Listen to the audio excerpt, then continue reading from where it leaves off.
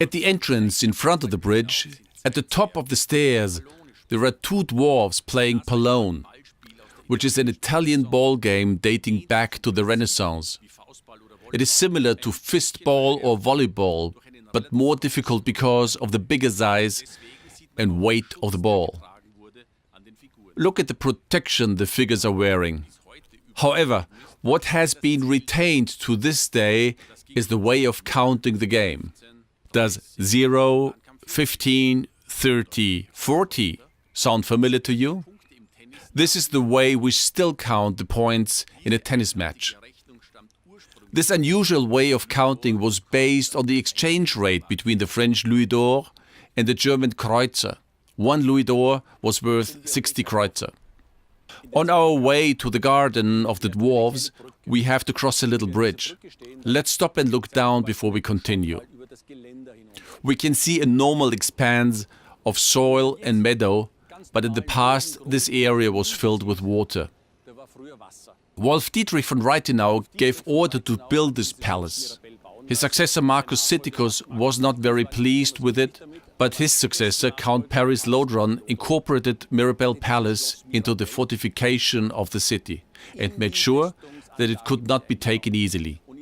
There was a moat with enough water for boats to sail from the river Salzach directly in front of the Mirabell Palace, where they could moor. Let's continue on our way to the garden of the dwarves, which used to be a defense platform in the days of Paris-Lodron. As previously mentioned, these figures were originally a level below, but the Bavarians who came to Salzburg did not like these figures. When the Prince Regent of Bavaria ruled Salzburg, he disliked them so much that he gave order to sell the figurines off. Much later, the city council started to look at the surrounding areas for these lost figures. Most of them appeared and found a new place in this garden.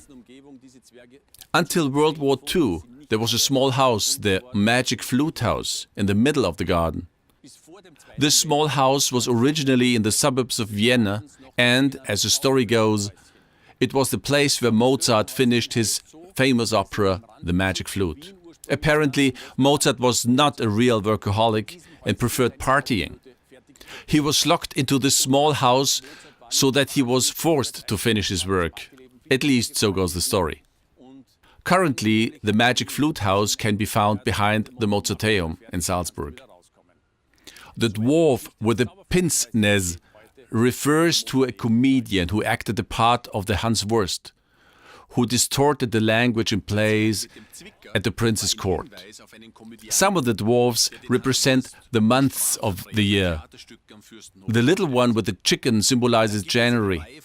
The dwarf with a spade reminds us about digging the gardens in March, whereas the one with the shovel refers to gardening in June. The female dwarf with the apron expresses the fruit harvest in September, and the one with a bunch of onions represents October. The Turkish dwarf is very typical for his time. When the Turks besieged Vienna for the second time, Salzburg supplied arms and soldiers. We go back to the year 1683, which is not that long ago.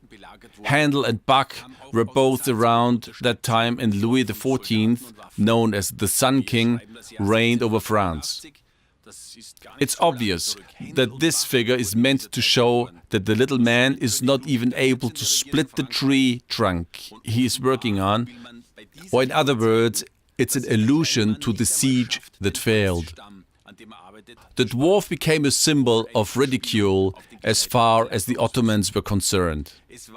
At Schwarzstraße, which you can see behind me, we arrive at the end of the Garden of the Dwarfs.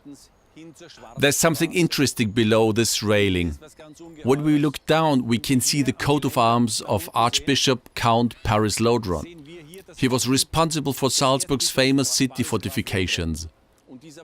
In the past, the river Salzach was 8.5 meters below this point, which means that Schwarzstraße, which you can see in the background, didn't exist in those days. Everything was surrounded by water, and the Archbishop could comfortably reach Mirabell Palace by boat.